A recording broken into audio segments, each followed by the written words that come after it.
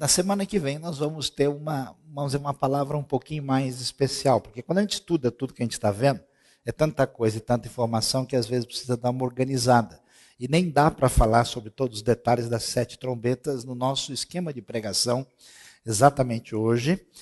Então, na semana que vem, a gente vai retomar para falar sobre a última trombeta e o que vai acontecer especificamente no capítulo 10 e 11, para também dar uma ideia das diversas maneiras de interpretar o Apocalipse, como é que elas veem esses textos especificamente, para a gente poder ter uma conclusão um pouquinho mais objetiva. Mas vamos aí pensar sobre as 7 trombetas. Você está vendo que coisa estranha, né? O pastor Saião, está falando trombeta, apareceu um monte de chifre aí no meio dessa coisa. Que história é essa, né? A gente fala em trombeta, mas trombeta no contexto original hebraico é uma coisa chamada shofar. O shofar, que é uma trombeta natural feita de chifre de carneiro, que sempre é usado desde os tempos bíblicos para as grandes convocações daquilo que a gente chama de Moadim, em hebraico, as épocas específicas em que o povo era convocado. Israel surge num ambiente, num contexto onde o tempo e o espaço são entendidos a partir da natureza, né? Essa relação com a natureza é submetida em relação à relação com Deus, e por isso tudo agora é visto debaixo do que a gente chama da relação com o Criador. Então o tempo e o espaço vão ser vistos assim, e por isso o calendário hebraico é tão importante e tem um valor especial. Mas vamos lá ver o que acontece. As 7 trombetas, elas são discutidas na sequência. Você viu os 7 selos, depois, agora na sequência vem as 7 trombetas, desde Apocalipse 8, na verdade, indo até o capítulo 11, mas vai haver uma espécie de interrupção.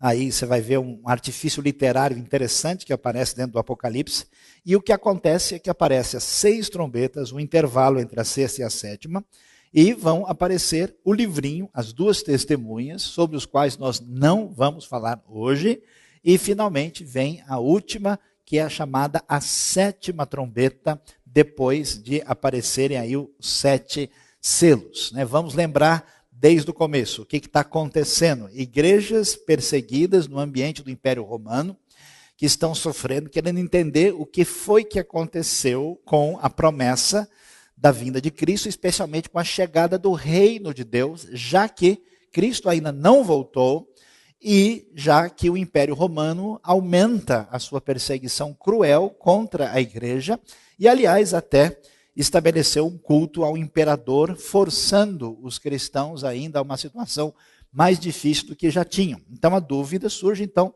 nós temos lá inicialmente as 7 igrejas da Ásia, como nós mencionamos, igrejas que representam diversos tipos de igreja presentes naquele momento e depois na própria história, inclusive hoje. E aí vem os 7 selos, quando aparecem, né, diversas manifestações de um certo juízo de Deus que vai aparecer nessa sequência. Aí vem as 7 trombetas, teremos 7 personagens, depois 7 taças, 7 juízes e 7 coisas novas que chegam no final do Apocalipse. Vamos tentar entender a relação que existe entre os selos e as trombetas. Os selos, eles focalizam a atenção. Você lembra, né? Abriu-se o selo do livro e depois vem uma sequência. O selo é uma espécie de lacre de um documento antigo que é aberto, então traz uma revelação de várias coisas importantes que devem ser conhecidas. Eles focalizam muito o sofrimento da igreja perseguida. Lembra lá que nós vimos, né, as almas dos que estavam sofrendo debaixo do altar? O foco é muito em cima da realidade da igreja, até fazendo com que eles venham a entender como é que esse cenário de perseguição e sofrimento que está acontecendo está sendo percebido pelo próprio Senhor, que tem o domínio de tudo.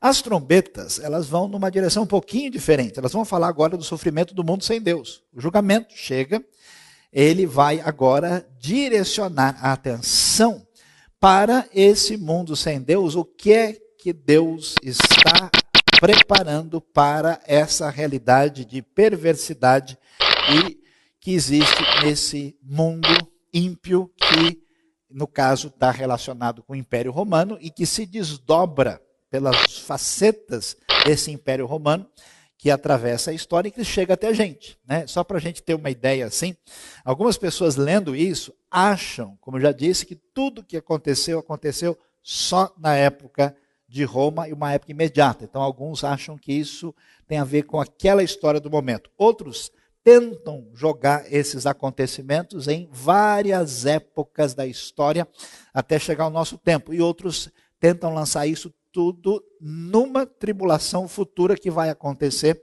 que geralmente é a posição mais disseminada, entendendo que tanto os selos como as trombetas, inclusive as taças, todas vão acontecer no momento da grande tribulação, que seria a última semana de Daniel. O que a gente pode dizer sobre isso? É que essas coisas, em parte, são realidade naquele tempo e serão também realidade de uma maneira mais intensa e definitiva no Império Romano renascido na ocasião da vinda de Cristo, no desfecho da história apoteótica. O que a gente vai ver? Se você prestar atenção e ler o Apocalipse, você vai ver o sétimo selo.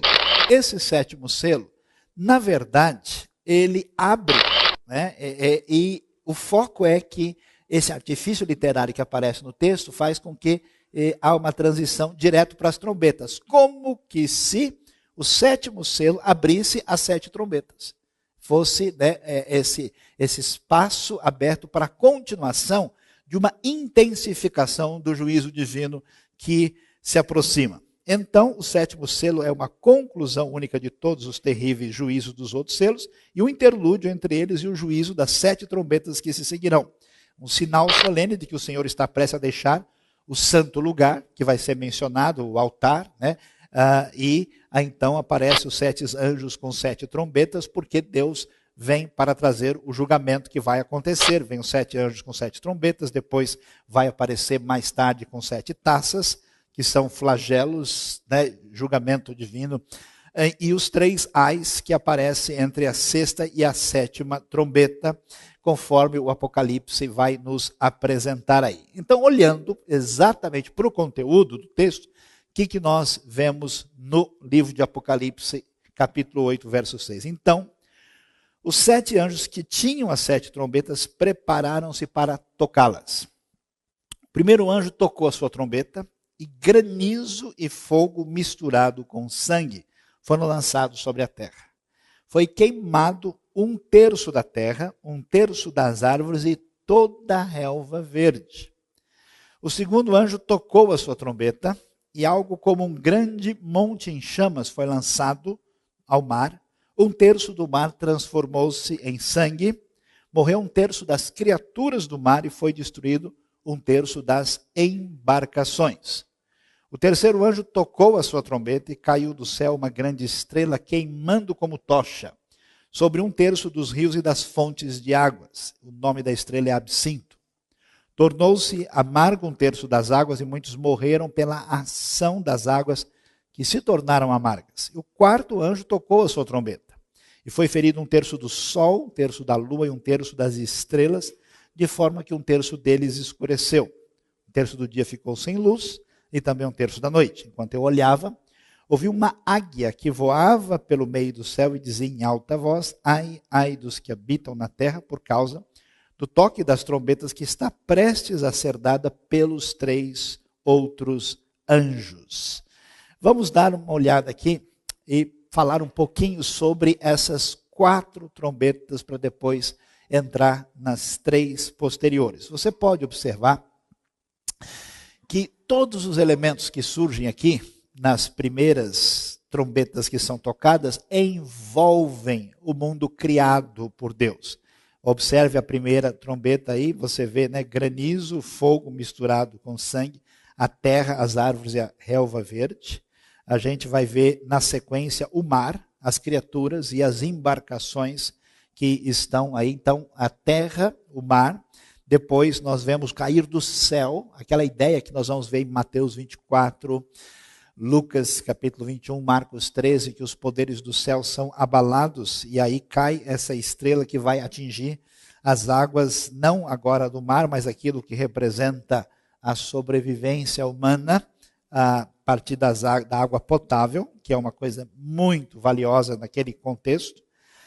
E depois nós temos aí o Sol, a Lua e estrelas, agora tudo que envolve de fato os poderes do céu, e apresentando então a realidade da cósmica, da ação do juízo de Deus que vai atingir esse mundo que está aí nesse contexto da época em que o Império Romano domina Israel e o Apocalipse é apresentado. E a sequência fala que o que vem posteriormente é uma situação ainda acentuada, entrando no capítulo 9, que envolve o quinto anjo, depois o sexto, e o sétimo vai ser deslocado lá para frente, só no capítulo 11.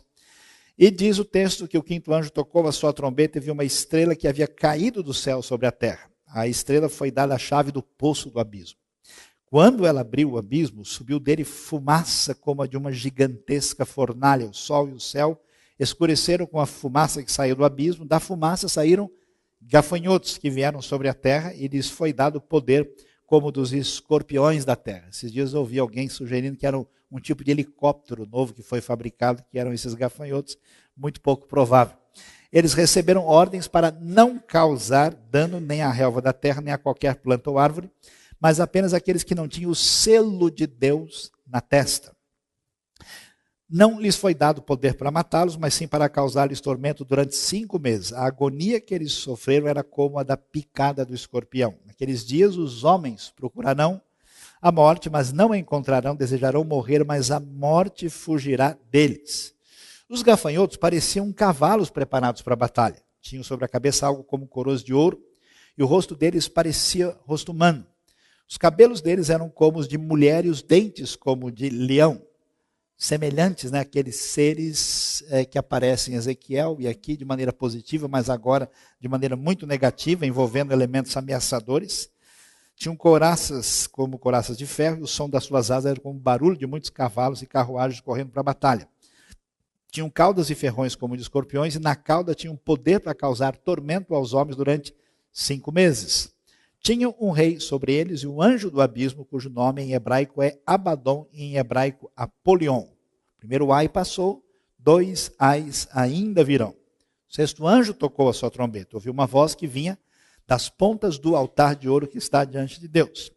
Ela disse ao sexto anjo que tinha a trombeta: solte os 4 anjos que estão amarrados junto ao grande rio Eufrates. Os 4 anjos que estavam preparados para aquela hora, dia, mês e ano, foram soltos para matar 1/3 da humanidade. O número dos cavaleiros que compõem o exército era de 200 milhões. Eu vi o seu número, os cavalos e os cavaleiros que vi, minha visão tinha esse aspecto. As suas couraças eram vermelhas como fogo, azuis como jacinto e amarelas como enxofre. A cabeça dos cavalos parecia a cabeça de um leão e da boca lançavam fogo, fumaça e enxofre. 1/3 da humanidade foi morto pelas 3 pragas de fogo, fumaça e enxofre que saem de suas bocas. Por dentro dos cavalos estava na boca e na cauda, e pois as suas caudas eram como cobras, tinham cabeça com as quais feriam as pessoas. O restante da humanidade que não morreu por essas pragas, nem assim se arrependeu das obras das suas mãos, eles não pararam de adorar os demônios e os ídolos de ouro, prata, bronze, pedra e madeira, ídolos que não podem ver, nem ouvir, nem andar. Também não se arrependeram de seus assassinatos, das suas feitiçarias, de sua imoralidade sexual e dos seus roubos. O que a gente precisa olhar e observar direitinho, tendo um resumo do que vai aparecer aí nas 6 trombetas. Deixa eu voltar aí. Ó. Granizo e fogo, algo como parecido com um grande monte lançado no mar e atinge 1/3 das criaturas marinhas.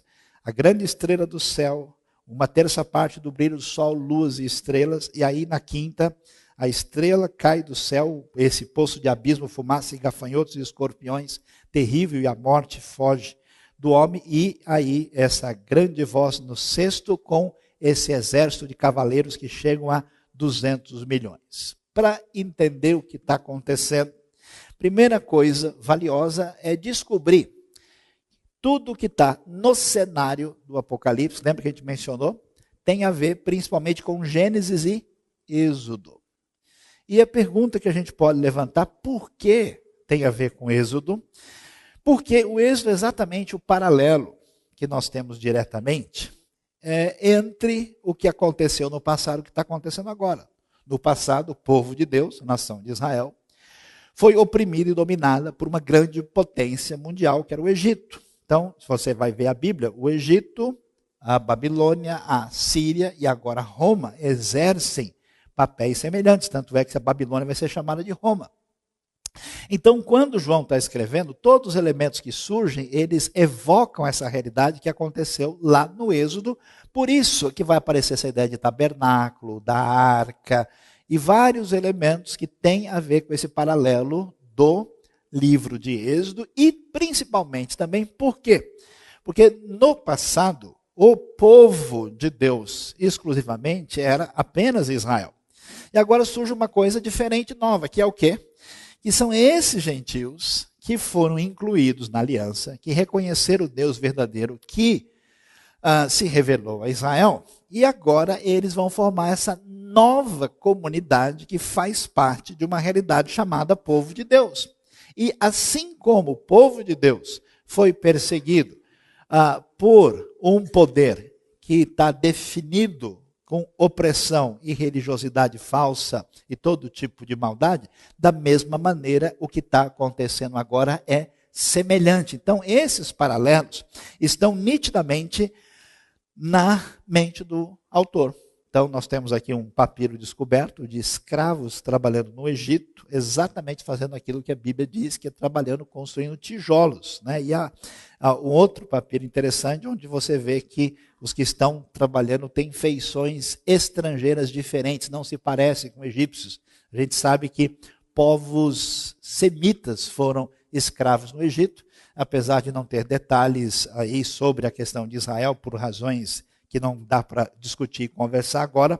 Então, esse elemento é semelhante. Observe o que está acontecendo. Você vê essa realidade que aparece nas pragas. Olha lá, granizo, gafanhoto, água em sangue. A ideia que tem paralelo aqui, de certa forma, é com as 10 pragas do Egito que aparecem no livro de Êxodo. É até interessante você ver que a estrela absinto, o que ela cai, o que ela faz? Ela faz com que as águas se tornem amargas. O que Deus faz com Israel lá em Êxodo 15? Ele faz com que as águas amargas se tornem doces.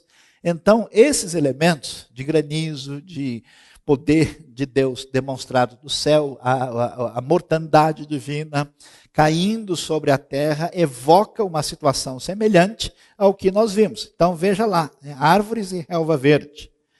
O mar e as suas criaturas, fontes de água, tornando-se amargas. Isso evoca o que acontece lá. Lembre-se que também no Egito acontece aquela mesma situação em que a praga da escuridão, em que não se tem acesso mais à luz, e aqui também os poderes cósmicos do céu são abalados. Isso é interessante, porque no mundo antigo as pessoas pensam diferente da gente. Eles não fizeram aulas de física na escola, que nem a gente. Eles entendem que os poderes cósmicos têm poder diretamente sobre a Terra, porque eles mudam o comportamento das pessoas, regulam os ciclos do mundo, e que por trás desses poderes estelares estão espíritos e poderes espirituais que atuam diretamente neles. Então havia uma ligação, por isso que você sabe que Júpiter é o nome de um deus e o nome de um planeta. Então, as ligações, a maneira de pensar era muito diferente. Então, quando Deus manda o seu julgamento que atinge os poderes cósmicos, não só ele está dizendo que ele tem poder sobre tudo, e que esse universo no qual as pessoas vivem, que deveriam reconhecer e agradecer a Deus e não transformá-lo numa espécie de palco de sustentação do seu próprio poder opressivo, Deus interfere e age nesse ambiente, e ao mesmo tempo mostra que esses poderes divinizados que eles têm, não têm qualquer condição de controlar e agir coisa alguma, e até são aí atingidos pelo próprio poder de Deus agindo. 5 meses de tormento, é difícil saber o que significam esses 5 meses, tem algumas ideias, pode ser até mesmo uma situação de tempo que envolvesse a realidade antiga, ou quem sabe, até mesmo futura. Os que vão sofrer um tormento, aqueles que não têm o selo do Deus vivo. É muito interessante isso, porque lembre a besta, lembra a descrição do que vai acontecer e com o poder do anticristo, envolve a ideia de receber a marca da besta na testa e na mão. Por quê? Porque as pessoas eram marcadas antigamente, como escravo, e tinham um sinal. Então, nesse caso, a ideia é a quem a pessoa pertence. A pessoa que não tem o selo do Deus vivo, porque quem segue a Cristo no Novo Testamento, ele é um servo de Cristo, um escravo de Cristo, espontaneamente dedicado àquele que é Senhor da justiça. Então, tem dois tipos de pessoa. Pessoa que está comprometido com o sistema, que está envolvido com esse ambiente sem Deus e perverso, e que tem, então, essa marca dessa realidade, e aqueles que têm a marca seguramente da parte de Deus. Então, os tormentos que são lançados nesses julgamentos atingem aqueles que não têm o selo do Deus vivo. E esse ambiente de uma batalha intensa que envolve esse exército de 200 milhões que aparecem aí para trazer uma destruição que atinge também 1/3 da própria humanidade. E nós vemos lá, vamos olhar alguns aspectos interessantes que aparecem ali, só para a gente mencionar mais uma vez, para a gente só mencionar aqui aquilo que pode levantar alguma dúvida para a gente. É exatamente a ideia que a gente viu que a águia aparece anunciando os ais que vão surgir. E a águia é uma ave de rapina que invoca a ideia de impureza e invoca um anúncio de algo que está relacionado com morte e sofrimento na sequência. E especialmente na sexta trombeta, que tem elementos mais confusos, a gente pode tentar imaginar o que está acontecendo aqui. Os 4 anjos que estão amarrados junto ao grande rio Eufrates. Que história é essa de rio Eufrates e que esses anjos estão fazendo lá? Se o rio Eufrates é lugar de condomínio angelical, o que há nessa situação? A ideia de 4, em tantos lugares na Bíblia, envolve a ideia da ação completa de Deus. Lembra? O mundo tem 4 cantos, não literalmente, mas envolve essa ideia de que Deus está agindo. Por que Eufrates? Porque Eufrates é um lugar extremamente importante, por 2 razões. Primeiro, pela geografia. O Eufrates, como um rio grande num lugar seco, juntamente com o rio Tigre, são barreiras naturais que impedem, por exemplo, a vinda de um exército de um lado para o outro. O que significa a palavra hebraico? A palavra que deu origem ao próprio povo. Vem de um verbo chamado avar, que significa passar, atravessar. Quem que é o hebreu antigo? É o que atravessou o rio, que é exatamente aquilo que vai ser o nome dado a Abraão. Então, o Eufrates, que vai ser na batalha seco, para que os exércitos venham, ele é uma referência fundamental do ponto de vista da geografia, e tem mais. O Eufrates é o último ponto norte do grande momento do reino de Israel. 4 vezes, no auge de Israel, no Antigo Testamento, quando chega na fronteira última, a fronteira vai do ribeiro do Egito até o rio Eufrates, que significava o limite máximo da época do reino, do seu apogeu, que era o reino de Davi e o reino de Salomão. Então, essas menções é que marca um elemento que evoca aspectos históricos e geográficos, e que diz que chegou o momento em que essa dimensão do controle da história é liberada por Deus, porque os anjos que estão ali estão preparados para o momento quando vai acontecer um julgamento desses exércitos que vão atingir 1/3 da humanidade. Assim como os gafanhotos, que na verdade são evidentemente ligados a demônios, são evidentemente ligados a demônios. Os gafanhotos que aparecem dessa forma ligados a absolutamente, eles estão ligados com o quê? Que aparecem dessa forma absolutamente, foi ligado a gafanhotos que aparecem dessa forma absolutamente, foi ligado a gafanhotos que aparecem dessa forma absolutamente, foi ligado a gafanhotos que aparecem detalhado que descreve a queda de Satanás. O único texto é Lucas 10, 18, e esse texto que fala da estrela que havia caído, e, portanto, veja que o Apocalipse não se prende a um aspecto cronológico específico, porque Satanás, quando caiu, já faz bastante tempo, e o texto está mencionando aqui que ele é a estrela caída, e a partir da fumaça que sobe dessa gigantesca fornalha, os gafanhotos vêm sobre a terra e vão causar esse desastre. São referências claramente de aumento de atuação demoníaca nesse mundo sem Deus. Então, esses elementos são importantes para a gente poder prosseguir e conseguir entender o texto mais adequadamente. A ideia das trombetas não só evoca o que nós lemos lá no livro de Êxodo, mas ela também está associada com Apocalipse capítulo 16. Você que quer acompanhar, quer estudar, observe, por exemplo, que vão aparecer pragas. A primeira praga que aparece em Apocalipse 16 é sobre a terra, a segunda é derramada no mar, a terceira sobre os rios e as fontes de água que vão se tornar em sangue. Lembra da história lá do Nilo? Aqui uma coisa semelhante. A quarta praga vai ser sobre o sol, em Apocalipse 16. A quinta, temos a besta cujo reino se torna em trevas, e os homens aí também sofrem grande dor. E na sexta praga sobre o Eufrates, com 3 espíritos imundos que vão se preparar para a famosa batalha do Armagedon, que vai ser descrita lá.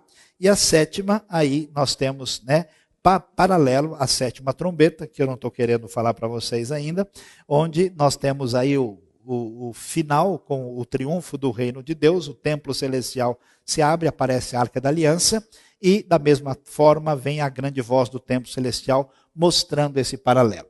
Depois desses 6 momentos de manifestação da trombeta, dos quais os 4 primeiros atingem o cosmo, e os outros 2 têm essa direção para uma atuação mais terrível do juízo de Deus, não sobre os elementos, mas sobre as pessoas mesmo.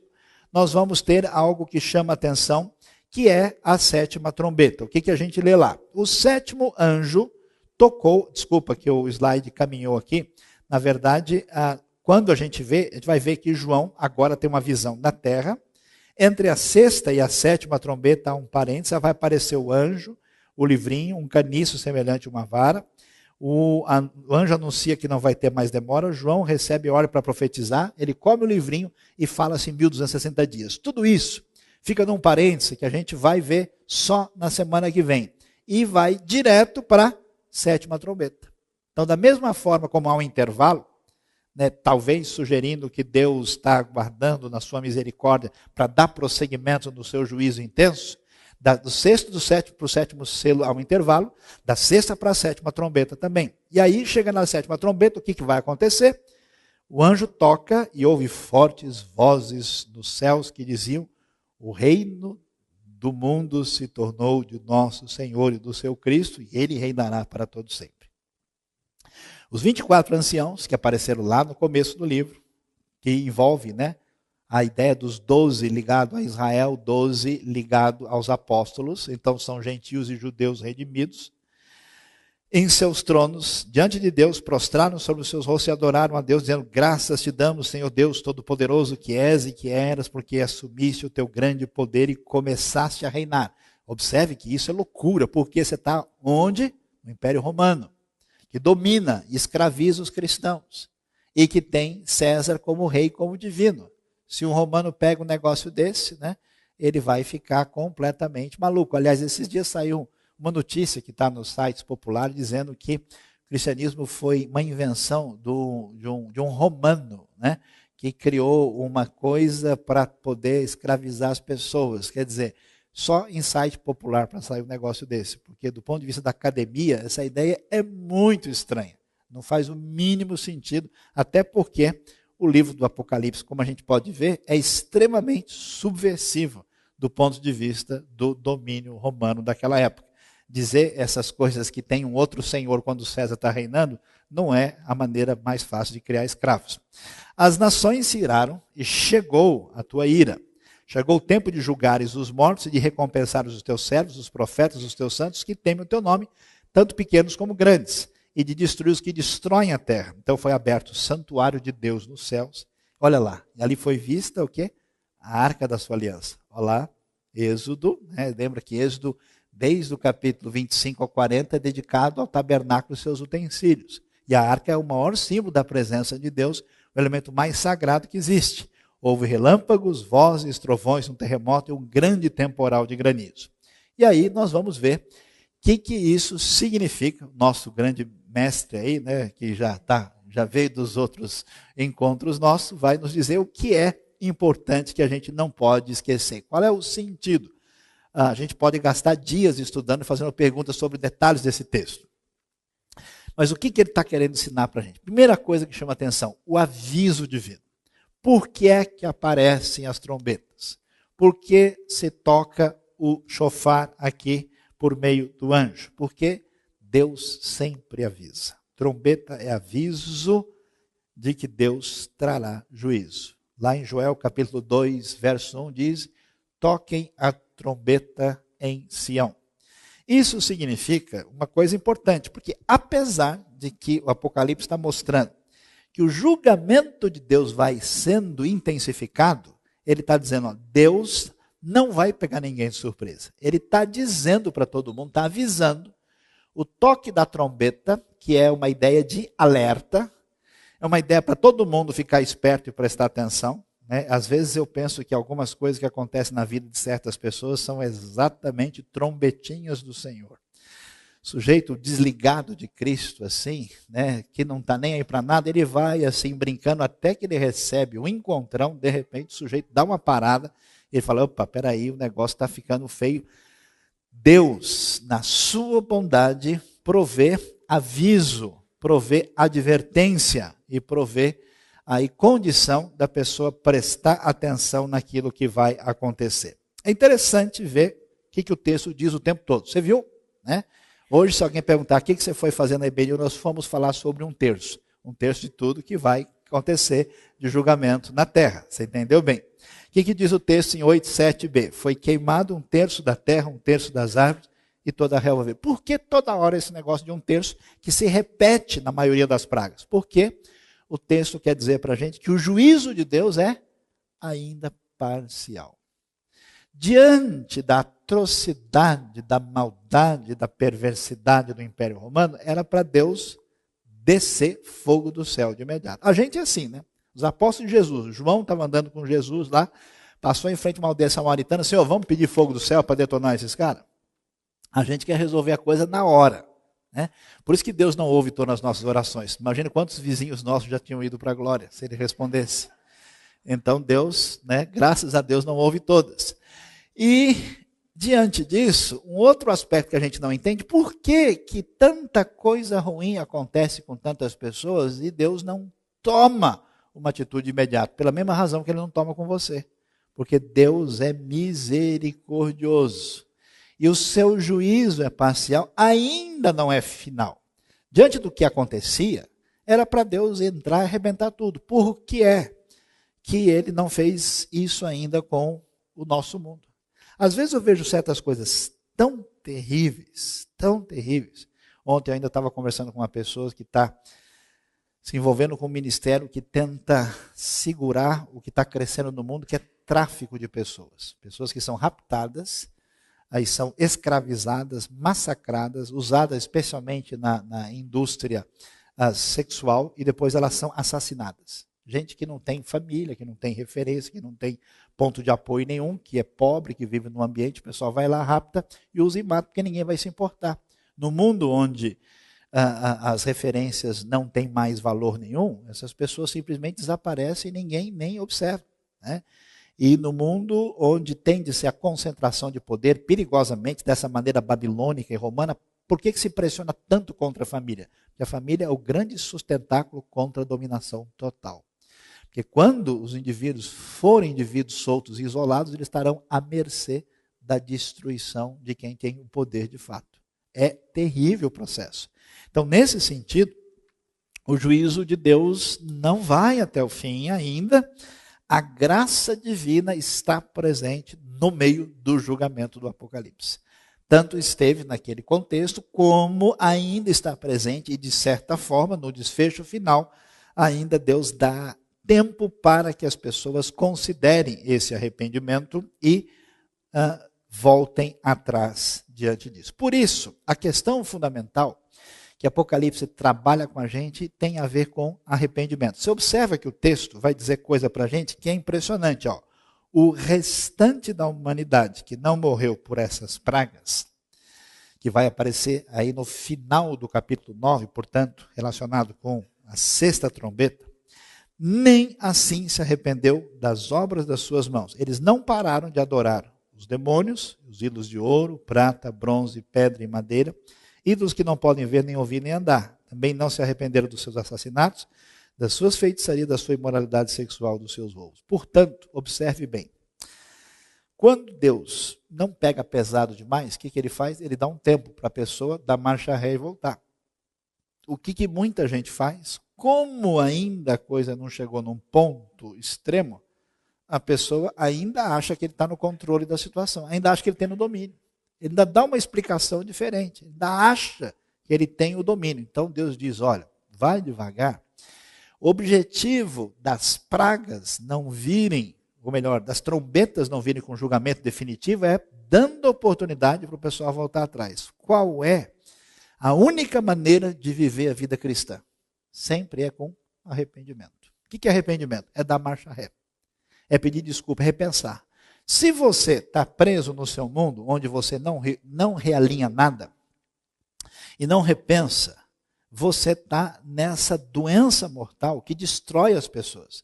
Eu conheço pessoa inteligente, pessoa com tanto potencial, e essas pessoas não conseguem alinhar a sua vida porque elas simplesmente são marrudas, são torronas, são complicadas. Elas não querem descer do pódio. Elas se acham, elas preferem perder uma situação favorável só para dizer que elas não estão erradas, que não é bem assim.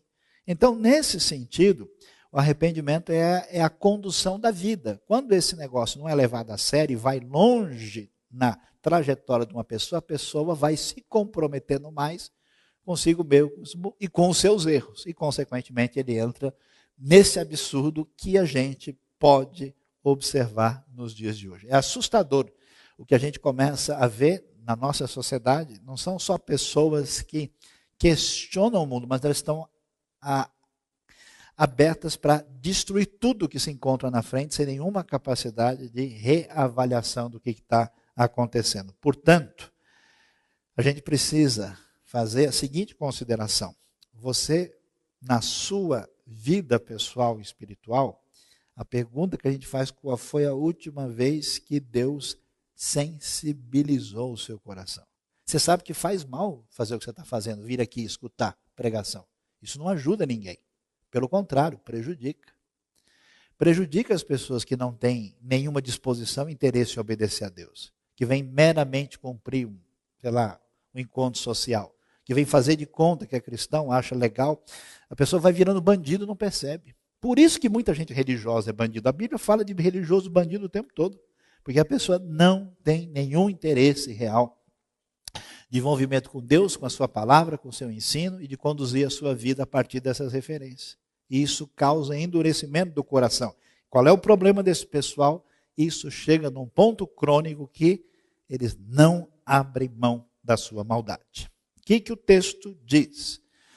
Diz que existe uma realidade espiritual fora da nossa condição de controle e até mesmo de percepção. Há uma ação demoníaca. A Bíblia fala da existência de Satanás, fala de espíritos maus soltos nesse mundo que agem de maneira direta e indireta sobre a vida das pessoas e fala de alguns desses seres da maldade aprisionados, como você pode ver em 2 Pedro, capítulo 2, e também em Judas. A ideia que o texto dá é que Deus, no controle de tudo, quando o seu julgamento se aproxima sobre aqueles que tiveram todas as oportunidades de considerar Deus e a sua obra redentora, Deus libera a ação maior desses poderes das trevas. Por isso, os gafanhotos aqui. Por que Satanás tem o seu limite estabelecido? Porque Deus estabelece, não deixa. E é interessante isso, eu me lembro de uma história, quero uma história meio arrepiante, assim, interessante demais, que eu me lembro de uma pessoa que creu em Cristo, porque ele foi num ambiente onde o pessoal praticava feitiçaria pesada e o pessoal começou a chamar as entidades lá para, né, fazer tudo aquilo que era pertinente àquele contexto. E num determinado momento o indivíduo falou, olha, esse cara aqui está atrapalhando, se ele ficar aqui o bicho não desce hoje.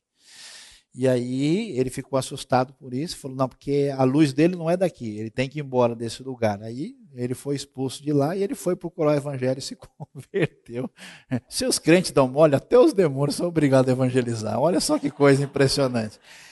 É absolutamente incrível como Deus tem o domínio, o controle e em certos momentos ele abre espaço. E aí o quinto anjo toca a trombeta e vi uma estrela que havia caído do céu sobre a terra. A estrela foi dada a chave do poço do abismo. Quando ela abriu o abismo, subiu dele fumaça como a de uma gigantesca fornalha. Ou seja, preste atenção, existe uma ação espiritual demoníaca neste mundo. Essa ação age contra o povo de Deus. E preste atenção, porque isso é sério. Toda vez em que eu me vi envolvido em qualquer coisa que tem a ver com o crescimento do reino, você começa a ver o bicho mexer e atuar lá. Começa a ver com impedimentos que você não sabe de onde surge. Situações complicadoras. Gente da própria comunidade cristã começa a falar mal um do outro, brigar, se desentender. Começa a ver certas coisas incompreensíveis. Às vezes, até no próprio espírito da gente se sente como se fosse um ambiente nublado, que envolve uma espécie de luta e de batalha espiritual, e que não se resolve isso a não ser com oração e dependência de Deus. Ninguém tem força a partir de si mesmo por essas. Por isso, é importante entender, quando você for tomar uma decisão, quando você for pensar sobre a sua vida, ou seu compromisso com Deus e com a igreja, pense em que medida a sua vida não pode ser prejudicada por uma interferência maligna. O próprio apóstolo Pedro está lá diante de Jesus, aí Jesus fala do plano de Deus da cruz. Não, o senhor não vai para isso não, imagina, não vai acontecer nada disso. Jesus vira para Pedro e diz, para trás de mim, Satanás. O apóstolo Pedro permitiu-se ser motivado por uma ação diabólica. Isso não deve trazer misticismo em nós, mas um cuidado e uma dependência de Deus. Depois fica claro que o grande abalo cósmico é referência fundamental das 7 trombetas. As 4 primeiras trombetas atingem o universo físico. E por que isso é tão valioso e importante? Primeiro, porque nós estamos falando de um pessoal que vive num império romano.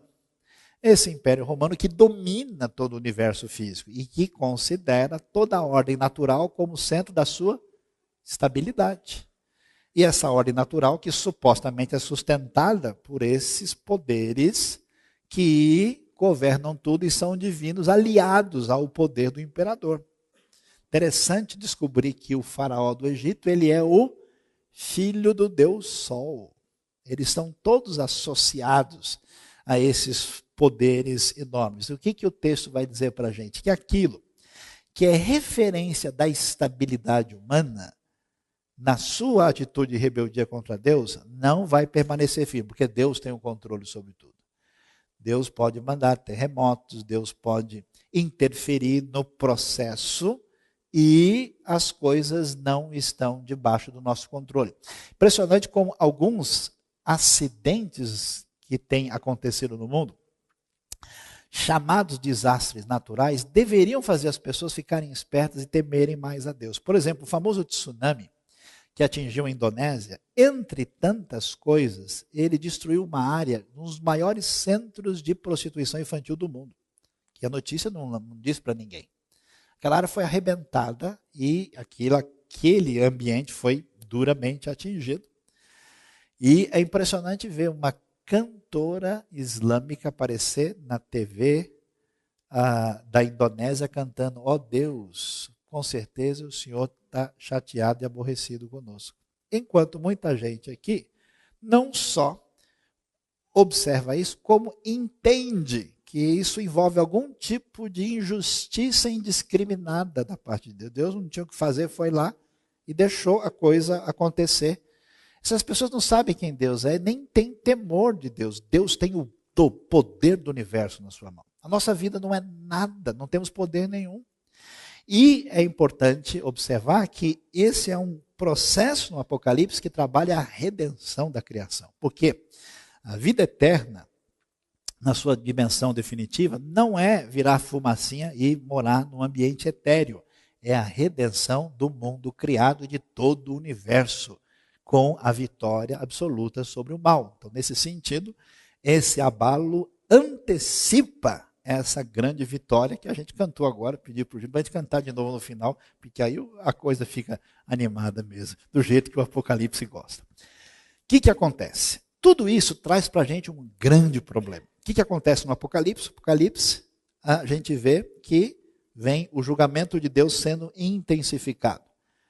Os selos falam do povo de Deus sendo perseguido, quando chega nas trombetas, vê o juízo de Deus que atinge a ordem cósmica e depois atinge as pessoas. E aí nós temos a famosa discussão que todo mundo quer falar sobre o assunto. Ah, a igreja vai passar pela tribulação, pastor? É pré-tribulacionista? É pró-tribulacionista? É pré, né? Afinal de contas, o senhor acho que é antes ou depois da tribulação? Antes da tribulação, porque o pessoal não cria jeito se não for por meio de uma. Como é que a gente entende isso?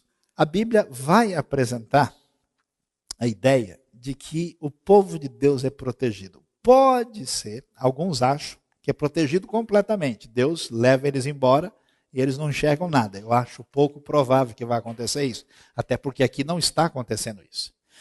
E ser protegido por Deus não significa necessariamente sair fora da tribulação, mas estar protegido no meio dela. Até porque, se o autor do Apocalipse, o João, está pensando em Êxodo, como é que está a situação do povo lá no livro de Êxodo? Eles estão sofrendo no Egito até que chega a libertação. Então, o texto de 9:4 diz que eles receberam ordens para não causar dano nem à relva da terra, quer dizer, quando os gafanhotos, que são demônios, vêm trazer essa destruição, eles não podem atingir a relva nem qualquer planta ou árvore, mas apenas aqueles que não tinham o selo de Deus na testa. Ou seja, no julgamento divino, quando a ira de Deus cai sobre a terra, seguramente aqueles que não estão reservados para a ira vão ser atingidos. Por qualquer que seja a situação, o julgamento, nesse sentido, não atinge aqueles que de fato pertencem a Deus, conforme o texto do Apocalipse nos diz. Por que isso é tão importante? Para a gente desenvolver temor na nossa alma. Como dizia Pascal, olha, você não acredita em Deus? Beleza, pode ser que ele não exista. Se ele não existir, você está feito. Se ele existir, aí você tem que pensar direito. Porque se eu acredito ou não acredito, ele não existe, não vai fazer diferença. Mas vai que ele existe, o negócio vai ficar feio para o seu lado. Então o raciocínio vai mais ou menos nessa direção. Pessoal, se o sustento desse universo, a criação do universo e a organização dele envolve um ser poderoso que cobra das pessoas como elas viveram, quando o seu julgamento chegar e você nunca se preocupou com isso, certamente a coisa vai ser complicada para o seu lado. Então, a ira não atinge aqueles que são protegidos aqui, o povo de Deus, e, portanto, eles podem até passar pela tribulação sem receberem essa ira. Tribulação que, de certa forma, acontece nesse contexto e que tem o seu aspecto final. A posição mais tradicional do Apocalipse entende que as únicas pessoas que vão sofrer nessa época são apenas os judeus que se converterem e ficarem na época em que a igreja tiver sido arrebatada.